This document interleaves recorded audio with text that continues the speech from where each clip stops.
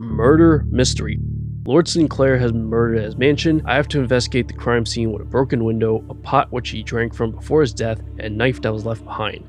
I start by speaking to his guard. Oh, it's terrible. Lord Sinclair has been murdered and we don't have any clues as to who or why. We're totally baffled. Incompetent NPC as usual. Let's check out the crime scene, and I'm not even going to use gloves to touch the evidence. This knife doesn't seem sturdy enough to have killed Lord Sinclair. That's interesting. Investigate the smashed windows to find a green thread. I'm gonna see who here has green clothes. Anna has green pants, don't mind me. I just need to search your room and take some of your stuff. David also has green pants. He's not even in his room, so I'm just gonna straight up steal his stuff. This will be a great time to rob this place in general. Like, come on, this family's rich. I guess I'll just go to the shed and take some fly paper instead. Put some flour in a knife and the items I took from their rooms. Then I'll be able to use the fly paper to pull their fingerprints and probably my own fingerprints as well. Compare the fingerprints, which leaves me with just David's prints. Medieval forensics at its finest. Although that doesn't really prove anything if we already decide the knife wasn't sturdy enough to kill him, so I need more evidence. This gossip guy brings up two very interesting observations. They have a guard dog that didn't bark, which suggests that it was not an intruder, maybe someone in the house, and a poison salesman made a big sale here the other day. Now what does someone need that much poison for? Here's the poison salesman in the Sears Village bar. I would not want to stand anywhere near this guy if I was drinking here, so I'm asking him who bought the poison from him, and he said basically everyone in the house. That didn't narrow it down at all, but we already suspect David, so at least we know he bought it. Let's see what he used the poison for. To kill a nest of spiders upstairs.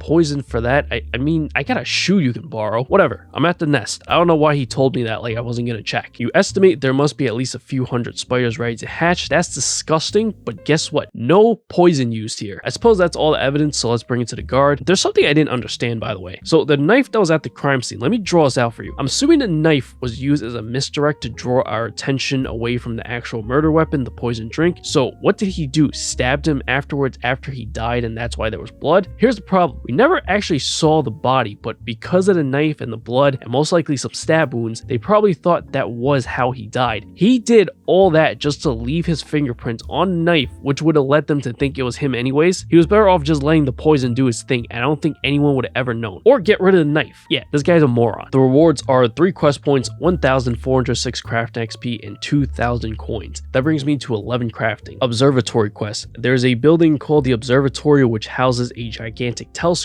that allows you to see stars and all that astrology stuff. Maybe I can learn why the last woman I was talking to blocked me, but not right now since it currently does not work because there's a horde of goblins that moved in nearby that has been messing with it. The first thing I need to do is bring them some materials to repair it. They need 3 planks, 1 bronze bar, and 1 molten glass. So the molten glass was needed to make the lens for a telescope, and there was a lens mold, but one of the goblins took it, and neither one of them seems to know where it is. The most logical thing for me to do is to search their hideout. This doesn't look so bad, alright? Wrong. There's an underground part to this area, and I present to you the worst part of this quest. The lens mold is in their kitchen, which is behind a locked gate. To unlock it, I need to retrieve a key from one of the chests in this area. There's only like 10 of them, but it's not the same one every time, and I gotta run through every nook and cranny of this place. Finally got the key, let's go to the kitchen. There's a guard sleeping here, and for some reason, instead of just being able to sneak past him because you know he's sleeping, I gotta wake him up, which will lead him to attack me. Reasonable reaction, by the way. I might also consider trying to kill someone that wakes me up for no reason. And just to add insult to injury, I can kill him instead. Oh wait, no. He's a level 28. I thought he was gonna be like a level 5 like the other goblins. I'm not fighting him, but I can't lure him away. Alright, there we go. Inspect the stove, and they seem to have been using the mold to make their stew. That doesn't sound so bad until you consider what goblins may be putting in their stew. Bringing the mold back to Professor and his assistant. Please don't give that to him. Last time he tried any crafting, I had to spend a week cleaning up after the explosion. Yeah, I'll make the lens then. I have to go meet them at the observatory, but the problem is the bridge that takes me there is broken. The only way to get there is through the same dungeon from before. Alright, I'm here. Go upstairs, look through a telescope to see a constellation. This can vary for different players, and I don't know which one this is. However, it does form the shape of an S. I'm going to say Scorpio, also because I actually am a Scorpio. That's exactly it. No shot I got that right. That has to be the only time that being a Scorpio has worked out in my favor. Not that I believe in that stuff, but I feel like we're highly discriminated against.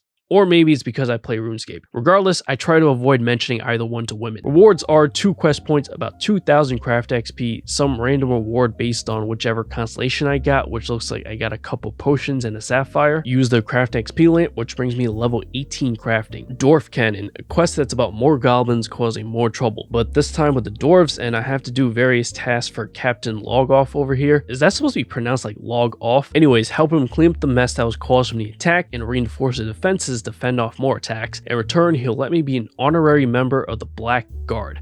That would be so cool. What is a Black Guard? The Black Guard is the finest regiment in the Dwarven army. Only the best of the best are allowed to join it, and then they receive months of rigorous training. Alright, you talk too much. So they're like short Navy SEALs, and I could skip all that training if I do these tasks for them. The first thing I gotta do is check the fence and look for parts of the railing that have a very subtle bend at the bottom and fix them. Finished. Well done, trooper. The goblins seem to have stopped getting in. Wait, what? I didn't even see any here in the first place. I think you got this under control. I'm gonna leave now. What? I'll have you jailed for desertion. Okay, relax, buddy, before I throw your little ass over the gate. Now I have to check on the guard that they have posted up in the tower. Should I check for a pulse? Ugh, I gotta carry these remains with me. Bring it back to the captain. The dead guy's son was supposed to have been up there with him, but there was only one body, so he probably got kidnapped and I need to go get him back. I'm gonna be traumatized if he's dead too.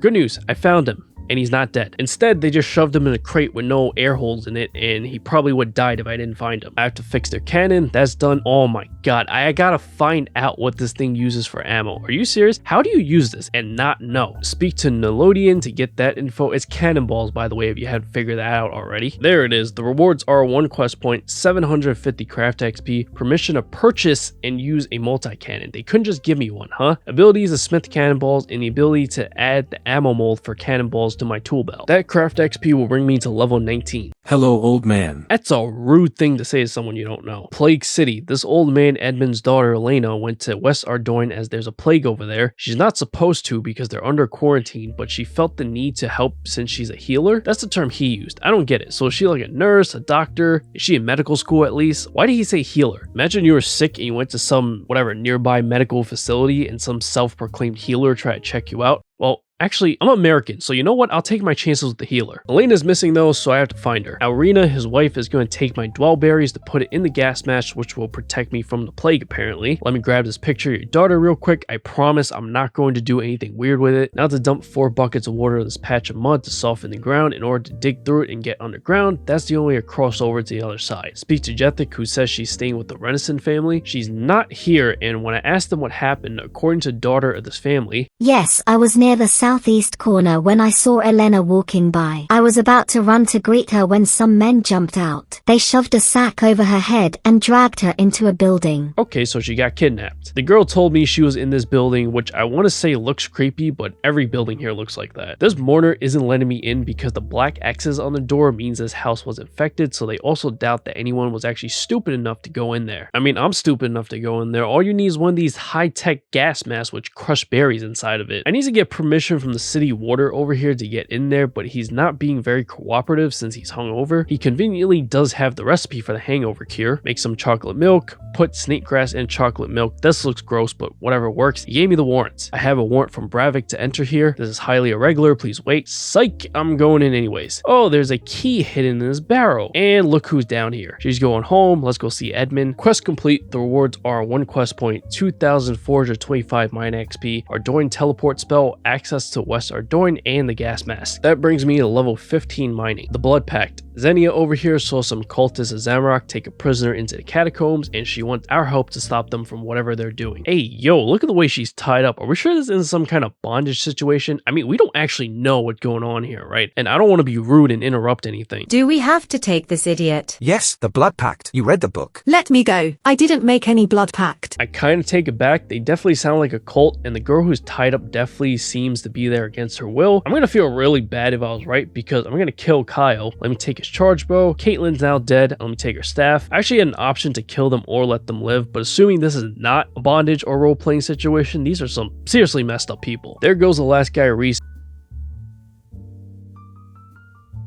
and I'm going to take his swords. The rewards are 1 quest point, a lamp that grants me 100 XP in various combat skills, the weapons I just got, and access to Lumbridge Catacombs dungeon. I wanted those weapons to start getting a few combat levels. I don't know how long I want to be here for. I mostly want to get back to questing, but questing has combat in it as well, and I'm a hardcore, so I have to make sure I don't die. I basically got base 10s in all combat stats except summoning. I'm going to do something else now. I decided to get some mining and smithing levels, which I was really dreading at first until I remembered that mining in this game is basically AFKable now. I got enough tin and copper ores to get to level 10 smithing. Then I tried to mine some iron, but I also forgot the tier of your pickaxe makes a much bigger difference than it used to. What I did instead, since I already had 15 mining from Plague City earlier, I also got a few more levels from mining that tin and copper. I was only a few hundred XP away from 20. I finished that off with more tin and copper, which basically allowed me to go straight to the steel pickaxe. I now have 11 smithing. I only needed 10 to move on to iron bars, but I had extra bronze bars I wanted to use up. I'm trying to get 20 smithing. I debated doing the knight sword to get these levels instead, except it requires 2 iron bars and there's nowhere you can pick those up from, so I needed at least 10 regardless. At that point, I'd rather just train. At least this gives me the opportunity to create a bunch of iron stuff I may need. I doubt I even use most of this stuff, but whatever, I already have the ores. I'm basically making the +1 version of every piece of armor and type of weapon, as well as any tools.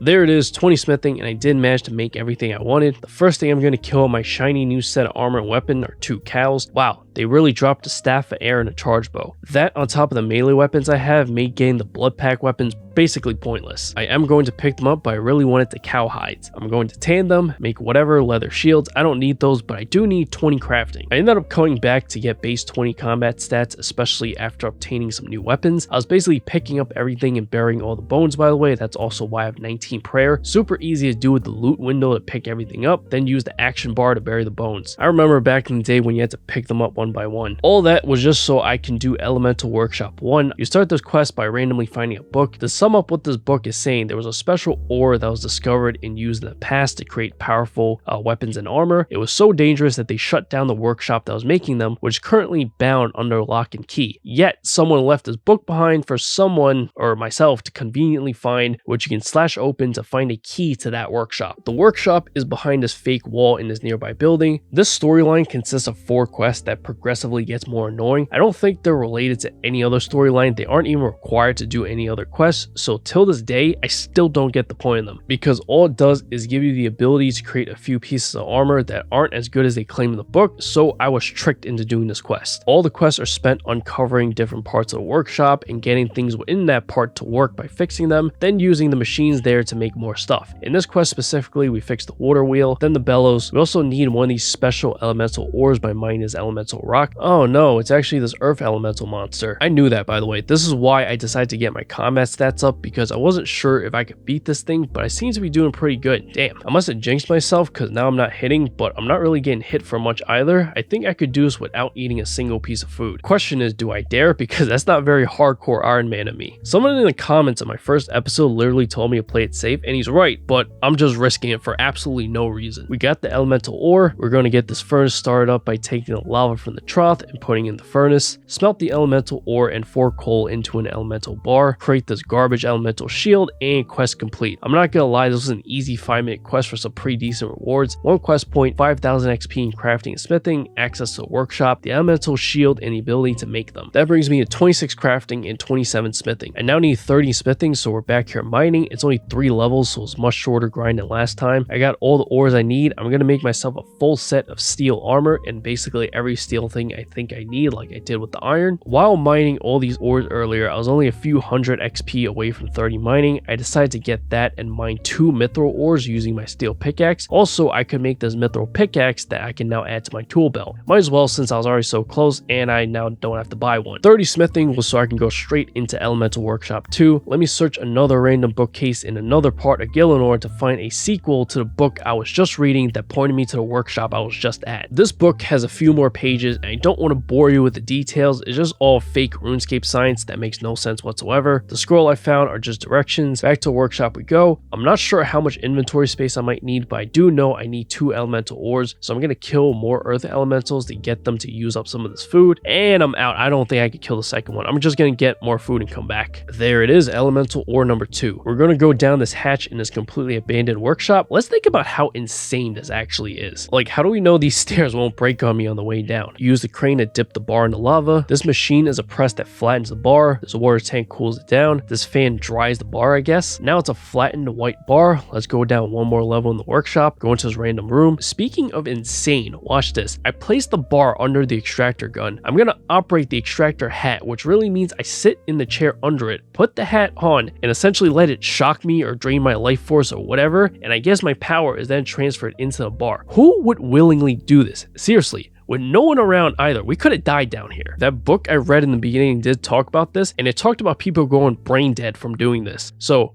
yeah, that was seriously dumb. But we lived, so we're going to take the bar to make a mine helmet, and that will complete the quest for 1 quest point, 7,500 crafting and smithing XP, and abilities to make elemental helmets, mine shields, and mine helmets. All garbage. But the XP gave me 32 crafting and 35 smithing, which I'll take. Look at my magic, by the way, 1 out of 20. That was the result of the whole extractor thing I did earlier. I'm going to end this here. This video was brought to you by the awesome members of my Patreon. If you want access to some exclusive perks, check out the link description below. Catch you later. Peace.